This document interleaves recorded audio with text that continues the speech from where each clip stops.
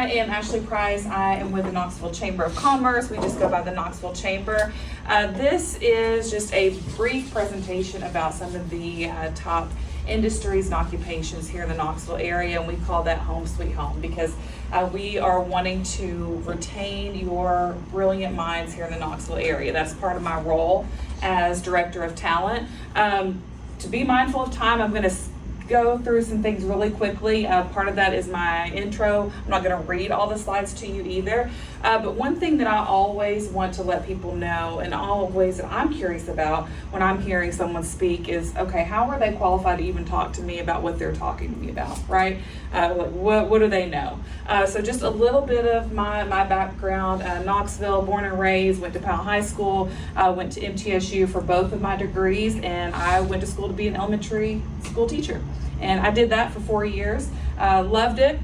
Only reason I left, a lot of people were like, oh, was it the parents? Not at all. Was it the kids? No, those are my babies. My mother passed during that time, so I was not myself by a long shot. I did not have a good work-life balance, and it was just overtaking my life. I made a vow to myself when I became miserable, or one of those teachers that would wake up and dread going in, that I was doing a disservice not only to me but to my babies. So it was time to step away. It was just a big transition in my life, and I just wasn't feeling like myself anymore, but it was a great career. I absolutely loved it. Then I transitioned to Boys and Girls Club of Tennessee Valley, which actually put me here, this campus, quite a bit. We were a college and career access program, and it put us in 6 Knox County high schools, exposing students to STEM careers, but anything post-secondary. So we really served as counselors inside the high schools with the pipeline and trio programs, if you've ever heard of those.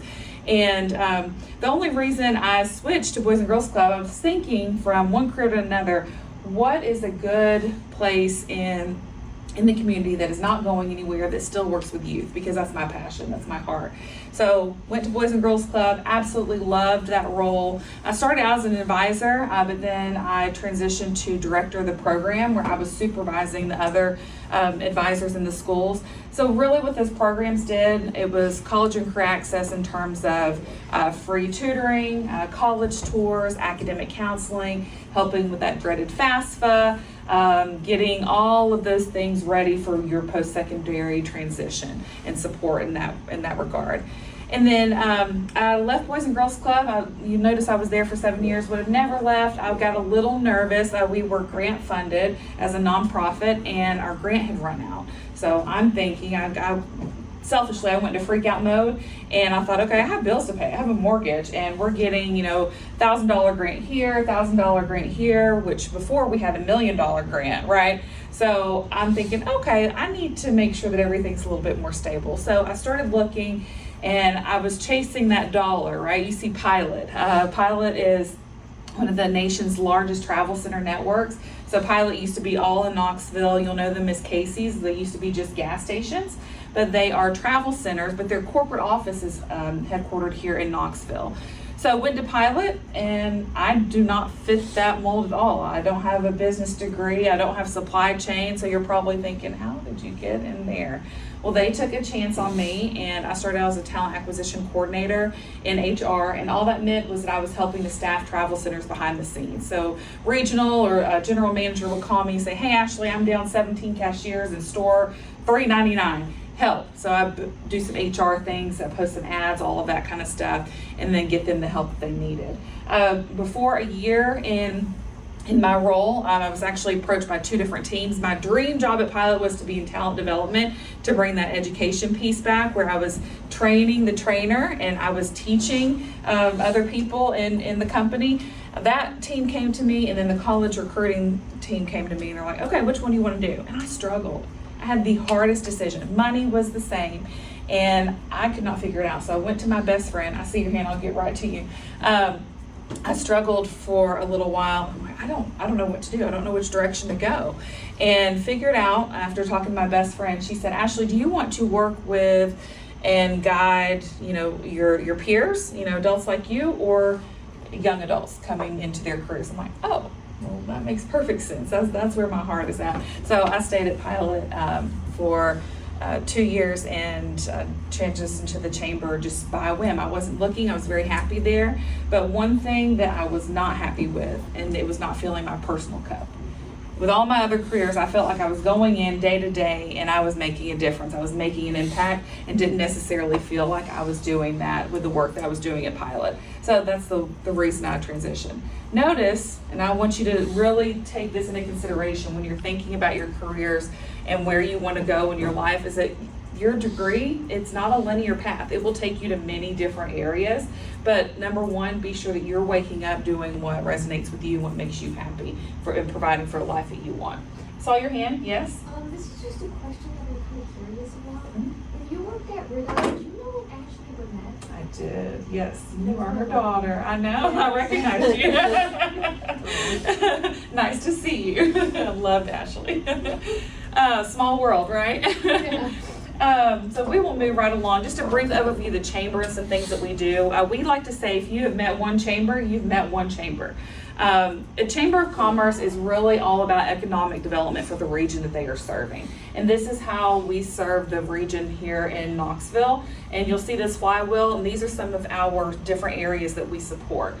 Very briefly, business expansion. If a business in Knoxville wants to grow, business attraction. To continue to grow, we have to attract the businesses to the area that will keep our economy thriving. So we seek out new businesses. And one of those that we recruit and seek out are businesses that are not just producing jobs. We have plenty of jobs. I have a fun fact for you. Heard this from UT professor the other day. If we employed every single person in Knoxville today, every person, we would still have 20,000 jobs left over. Isn't that crazy? So what that means is when we are attracting new businesses, you're thinking, oh, well, if we have the jobs, well, we want to attract businesses that are going to, and part of our mission as the chamber is to raise the average annual income, which for Knoxville, total rewards, total compensation, I'll talk about what that means here in just a second, but it's around $65K. So we want to recruit businesses that will pay you that or higher. If they are not, if they're just producing jobs just to produce jobs, that's not exactly where we're going. Is it still needed? Do we want them to come and help Knoxville grow? Yes. But with the work of the chamber is doing, we're trying to raise that average annual income. So when I say total rewards or total compensation, that is looking at your benefits too. So it's not just what you're getting on your paycheck. It is your flexibility. Do you have remote flexibility, hybrid?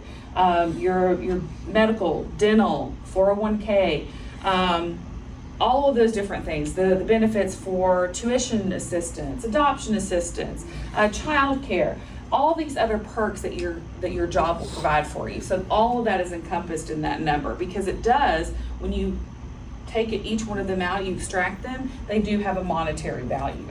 The other one is business climate, making sure that what is happening within the business community is thriving. So that's policies. We work really closely with local, federal, state officials to make sure that policies are aligning and that they are easy for the businesses to make sure that things are happening as they need. Infrastructure, a big thing to think about with infrastructure is, we like to call it civic furniture. What do you mean by civic furniture? So those are the things that help Knoxville thrive and essentially make it fun. That's one of them. Another part is infrastructure, traffic. We know that traffic is a problem, right? People are getting frustrated with it.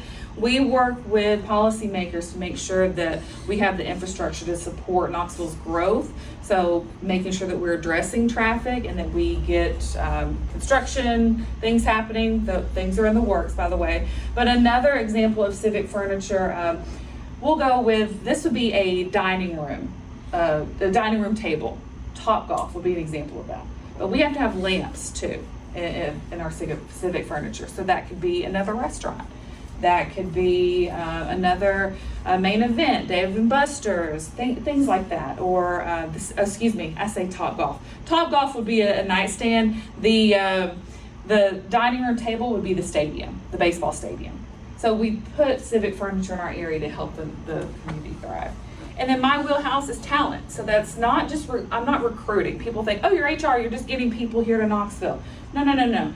This is attracting and retaining the talent that we have. And it starts from our school systems. So Knox County Schools, 865 Academies, Pellissippi, doing things like this, making sure that we are creating an awareness of what our community needs, what our community is producing, and what our businesses need. And it's multifaceted. I could talk about that all day. And then innovation. We have to continue to have bright ideas, new things continue to grow. Moving along, how all this is pertaining to you. So part of looking into the top industries is you are exploring your careers. You won't find your forever job right away typically. Some of you will, and that's great. I hope that that's what happens for you, but don't feel discouraged if you don't. A lot of careers, as you can see, and I'm a perfect example of that, they are built through trial and error. You figure out what it is you like, what it is you don't like as you are navigating through your careers. But one thing I do want you to really pay attention to is wherever you are, regardless of what job, career you land in, every job teaches you something.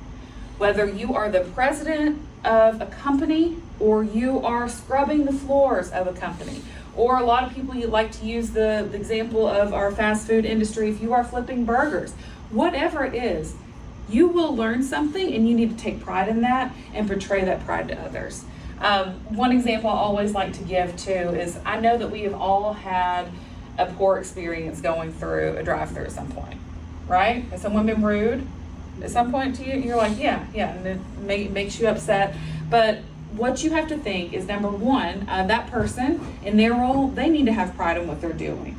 It may be the worst job that they've ever had, they hate it, but you need to take that and think, okay, what can I learn from this? I'm in this place for a reason. I can take something away from it. But then you, as the other person on the other side of the window who's a little bit frustrated, need to think, okay, why are they treating me that way? Why are they not taking this job seriously, or they're not talking to me as if they are proud of their job? What happened to them? Are they a caretaker? Were they up all night taking care of somebody who's sick in their family? Do they have a child at home and they're just having a bad day? So again, taking a step back and thinking what someone's going through. There are some other stats on there. Like I said, I'm not going to read everything to you. I'll highlight networking and internships just a little bit later. We spoke about this briefly, that your career is not a straight line, so you'll notice this when we start talking about some of the industries, but you never know. So going back to what I was talking about with the fast food, so customer service even, then you graduate to a team lead, then you keep doing a good job, and then you're the manager, and then next thing you know, you're working at pilot in HR, right? So you never know where that's going to take you and how you can rise to each occasion. This is really important. Discovering what it is you want. And a lot of people, a lot of students that I hear, and especially when I was working with high school and early college students, that everybody wanted to be a business owner. They wanted to be their own boss. That sounds great until you get into it and you don't realize that there are federal, state, and local policies that you have to adhere to, that you have to manage a team and all the things that they're coming to you with. That you have to manage the finances. And honestly, business ownership is often a very lonely position because you are doing this yourself and you don't have that support. It is 24/7. So you need to think about that when you say, I want to be my boss. Because you think, I want to be my own boss. I don't have to answer to anybody. I just go, that is not the case. Get that out of your head right now. But going back to, what kind of lifestyle do you want? Why would you say that you do want to own your own company? What is it that you enjoy? What fills your cup? What is going to make you wake up every single day and enjoy what you are getting ready to do? Now, the reality of it is that there will be so many positions that you hold in your lifetime that you do not like waking up and going to. I would much rather be on a beach this morning. But does that mean that I don't like my job or that I'm not enjoying being here with you all today? Absolutely not. We all want to have our free time, but the reality is we have to have a career to sustain ourselves. So while we are doing it, when we are choosing it, think of these questions. And when I say lifestyle that you want, when you say, oh, I want to be rich, I want to have a lot of money, well, what does that mean? Do you want to be rich in terms of your finances where you can just go and buy whatever you want to, or you want to be rich in terms of your livelihood where you have a house, You are a homeowner. You're the first person in your family that has a home. You're the first person in your family that owns your car. So think of those kind of things. Or is it that you want the jewelry and the shoes and the bags and all of that?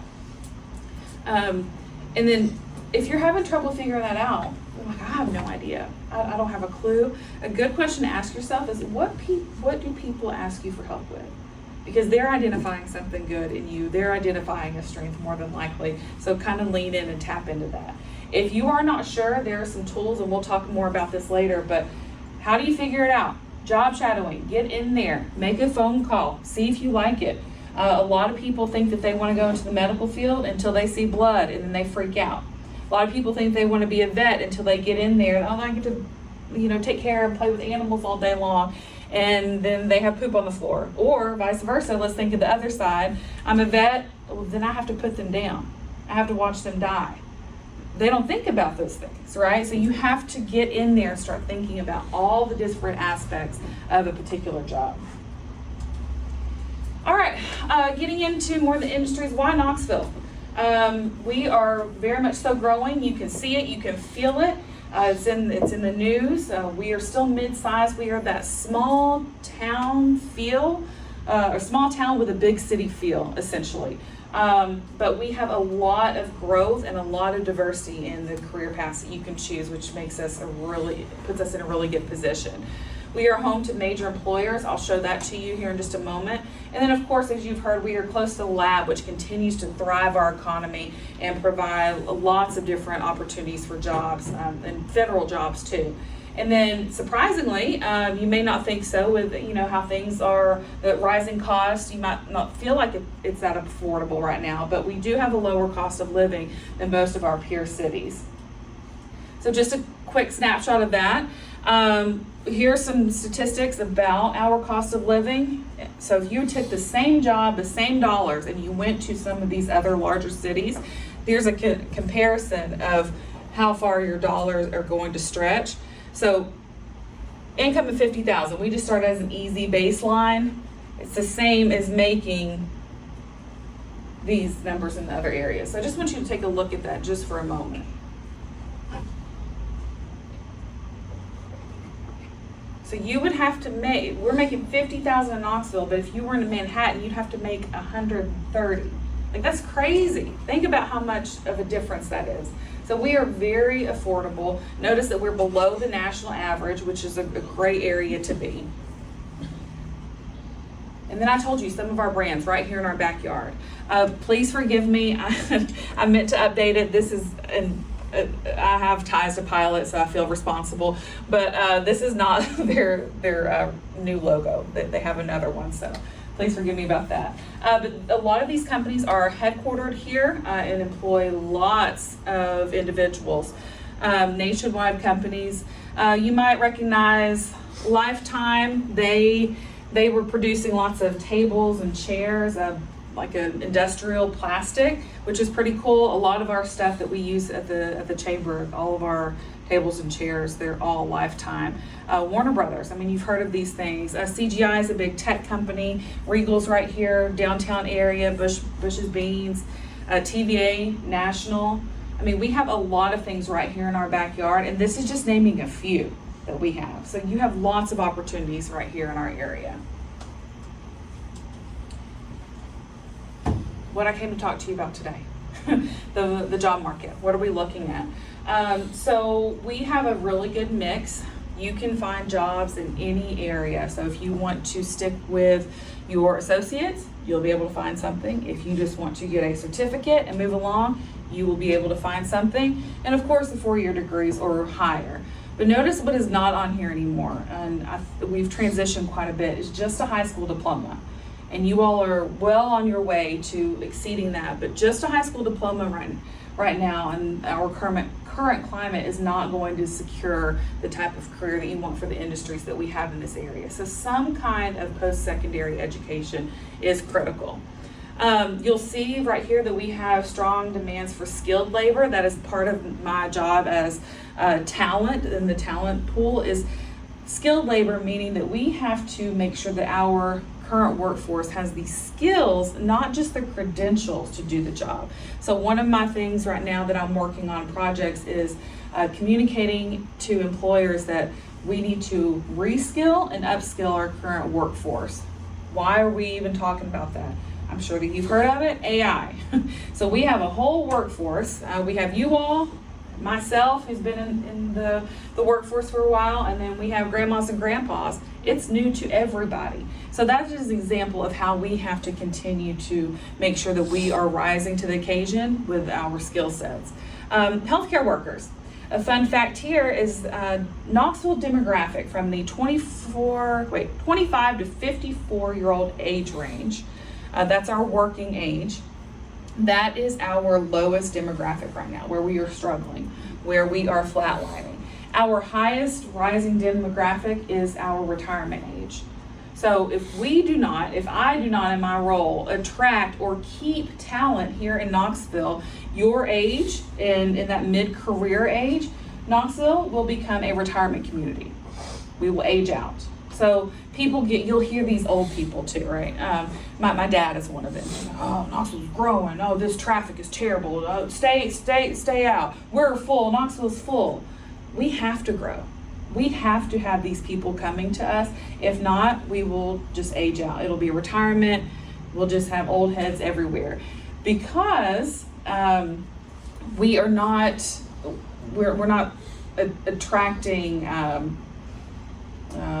can I say that? We're not attracting. That's not our biggest group that we are attracting right now. So we need to work on that, and that's a huge task. I'll talk about that a little bit. But because we are a retirement community in our trajectory, we will never run out of the need for healthcare workers. That's something that is going to continue to have a need, because that's where we're at right now. But then we will also be a part of that aging population ourselves. And then tech and business roles, that's self-explanatory. We have businesses that are thriving, that are coming, and then with the technology emerging, we have to stay on top of it to remain competitive. I put there just some examples. Manufacturing, consistently hiring. Healthcare, you'll always see those. And logistics roles. We will talk about that in a moment too, about logistics versus supply chain. So really quickly, before I start showing you some of the data, I want you to know some language and some definitions. Industry, where you work, versus occupation, because I'll show you two different charts, is what you do. So I want you to take a look at this so you can see some examples. We're going to be talking mostly about industries, because this is going to put it in a large group. And this is how I'm able to filter it with some of the data sets that we have. But industry, we're looking at major groups, so healthcare, manufacturing, education, and then when you talk about your occupation, it is what you do within that industry. Does that make sense? Clear? All right. Leading industries.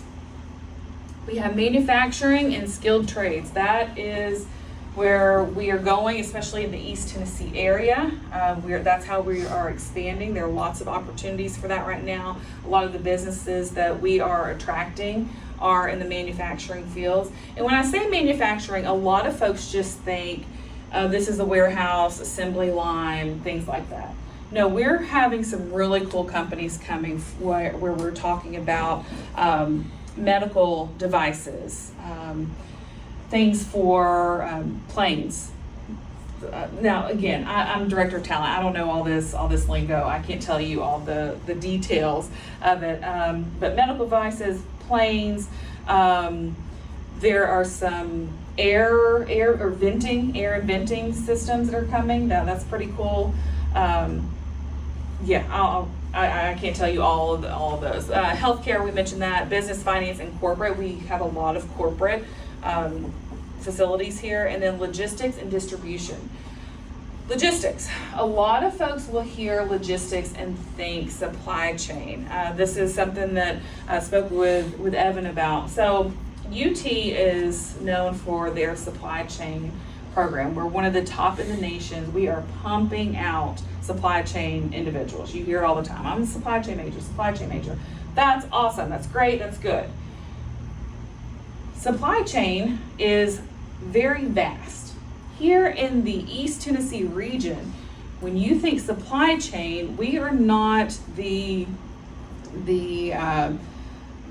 fuel capitals. We are not harbors. We are not pipelines. We don't have that here in East Tennessee. When we think supply chain in East Tennessee, we are going to look at the logistics of it, how the supply chain is moving, how we are moving it. So there's a big difference of what is available here in Tennessee versus what we are pumping out. So supply chain, those who are thinking that they don't want to go into logistics, they want to go in another area, more than likely they are going to have to go to the bigger cities. They're going to have to go to the Houstons, which is a supply chain mecca. But here in East Tennessee, we're looking at logistics. So that's going to be working with different trucking companies, warehouses, how we are moving the products in and out. Project managers in that area too. So it's not your typical supply chain, but notice logistics and distribution of those materials. That's a leading industry. And of course, technology and engineering.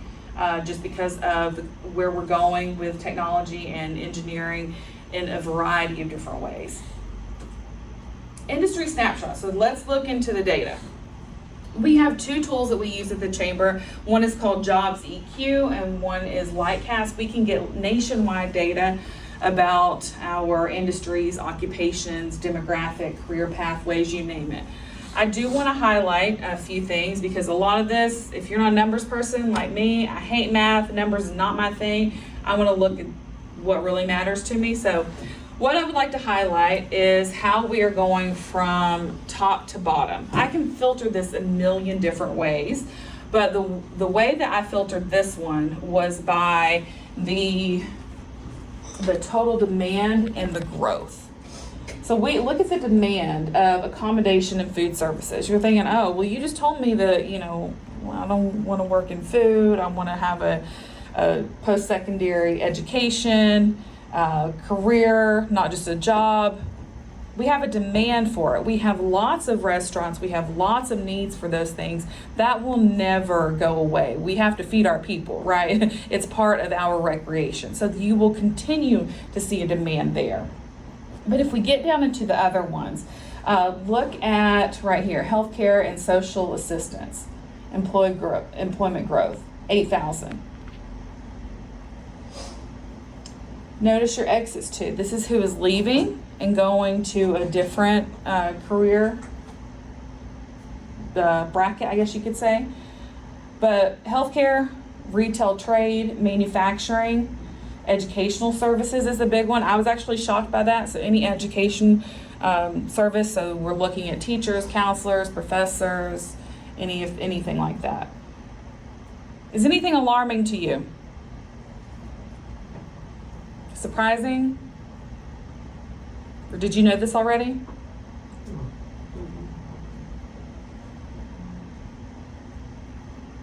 Any questions? What is the social assistance piece of healthcare? What does that mean? Social assistance is going to be probably like the social work piece of it. Okay. Yeah. So each one of these, and I'm logged into this too, I can go a little bit deeper. I would like to leave a little bit of time for that where you can give me a particular career and I can dig deeper into it. Because each one of these can be broken down into different categories. Okay, industry versus occupation. So now we're looking at those, what you do, not where you work. Some of the highlights. So I did this where we're looking at 2025 to 2030. So and I did 2025 just because we just exited out of there, but where we're going and the change in jobs, so the percent change. So notice what is changing. What's the highest?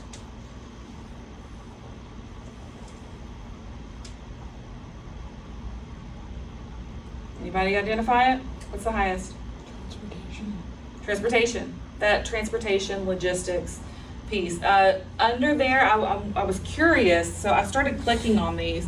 Transportation moving, material moving, so that also included the manufacturing piece of that. So that had manufacturing and logistics within that category.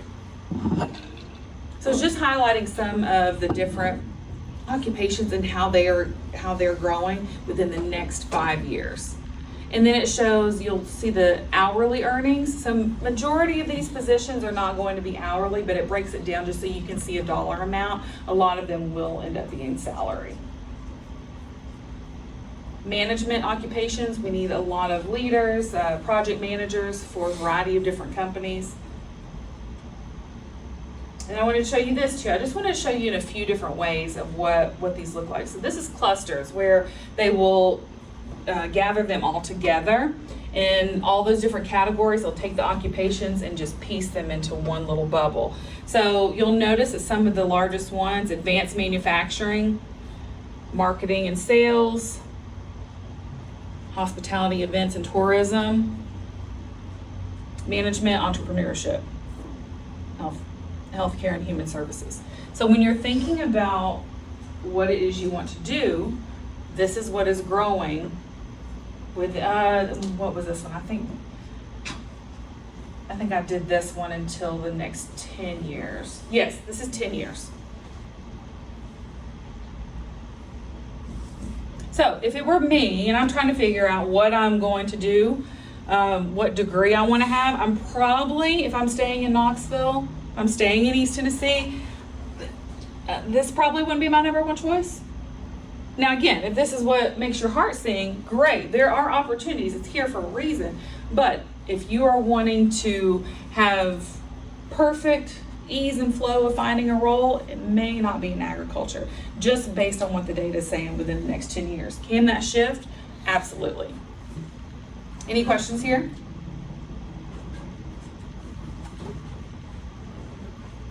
Another way to show this to you. So this one, we did another 5-year chart, and we are looking at what we have in 2025 to 2030. You'll notice same trends.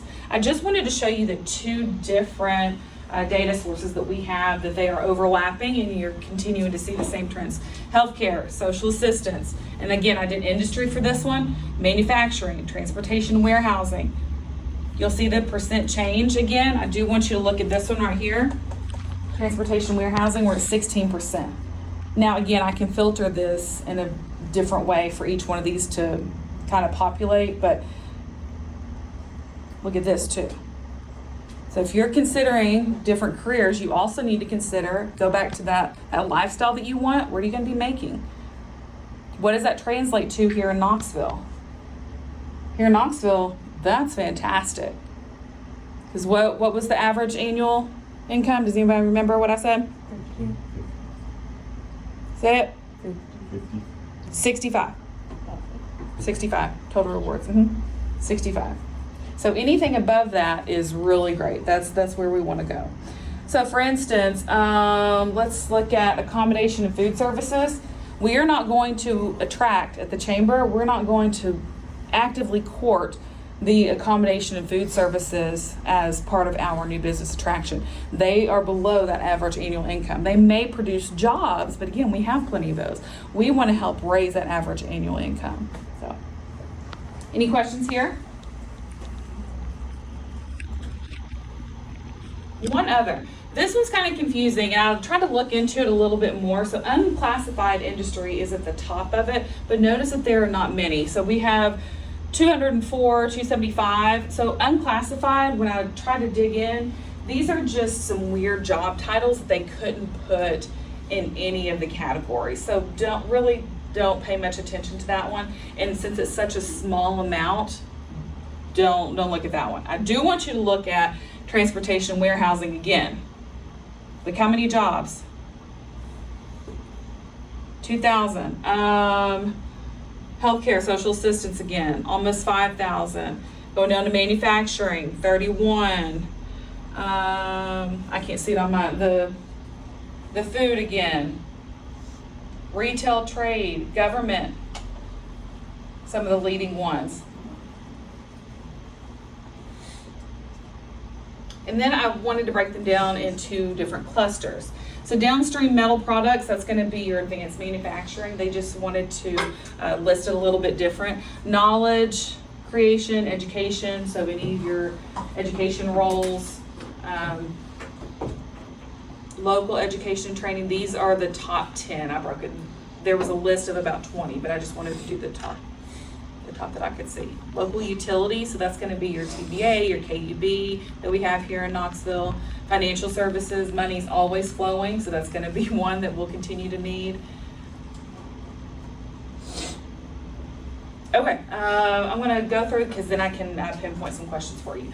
Some skills that I'm constantly hearing that employers want. I have a talent council where some of the executive level individuals sit on this talent council for some of the companies here in Knoxville. So your Pilot, your Covenant, WBR, some of those that house the most individuals that are employing the most people.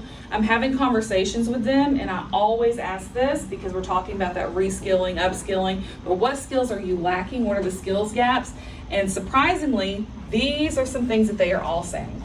Notice that it's not just communication. You'll hear communication all the time, but articulate communication, that is one thing that gets you out of the running for different jobs. You are not properly communicating what it is that you've done or the value or the experience that you can bring. You can say it, but are you articulating it well? This is something that we really need to practice. If you need assistance with that, please reach out to someone. If you know that you are not a strong communicator, if you don't know what that means, what that looks like, I'm happy to dig into this a little bit more with you. Problem solving, critical thinking. Can you problem solve on your own? Or are you having to go to your supervisor all the time? Something comes to you, do you freak out? You can't deal with it? Teamwork, you're always going to be a part of a team. I used to hate group projects. That's life. I hated it because I had to be the one to lead it, right? Be the leader, take charge, do it right. But you'll have to work as a team. It's the reality of life in any career that you're in. Basic technical skills, that is a non-negotiable now. So your Excel basic skills, Word, some systems that will help. I'm trying to think of a specific system. SQL, some organizing systems, things like that. And then reliability and work ethic. Are you going to do what you say that you're doing? And are you going to be there and do it well and on time? Any questions? Actually, 2 minutes. Okay. How can you prepare now? Internships. Start exploring. Work part-time in some fields that you're interested in. Please use me as a resource. If you have any questions, if you need to get connected, please reach out. That is what I'm here for. And networking. You'll hear networking a ton. All networking is building relationships, building connections, because that is 70 to 80% of how you are going to get in the door somewhere, is that connection of that relationship. Where can you look? Go through that quickly. I'm sure that you've heard of these. If we actually have a great website for internships. I'll show you that here in just 2 seconds. And then plugging in, get involved. Put yourself out there. Here are several different areas in Knoxville willing to help, where you can get connected with other individuals who are in a similar boat, new careerists, mid-careerists, early. You're welcome to take a picture of that if you want to. This is something you can come back to. This is where you can get out, get yourself out there. Informational interviews, if you reach out to somebody, more than likely they are going to be happy to tell you what they do. Easy to build a relationship. And then we have a site for internships and just careers and employment. So if you're looking for something right now, you can go to this website. I'm happy to send this to you where you can pass this on to them, but it has lots of internships. We update it weekly. And then any questions? No questions. That's crazy. Okay. I know you have to have a question. So you might be shy and you don't want to ask. So please, if you have a question, you're just not feeling it, you don't want to be embarrassed in front of your classmates, whatever, reach out to me. Ask questions. If I don't know the answer, I will get it to you. I'm happy to meet with you. I'm happy to come back here. We can talk through some things. I'm happy to pull up this data and go through what we have and pick out the exact job that you want. If you know exactly what you want to be, I can tell you how much you're going to make, live job postings, how many are here. I mean, we can do a deep dive, and I would love to do that with you if you're interested. All right. Thank you so much, Ashlee.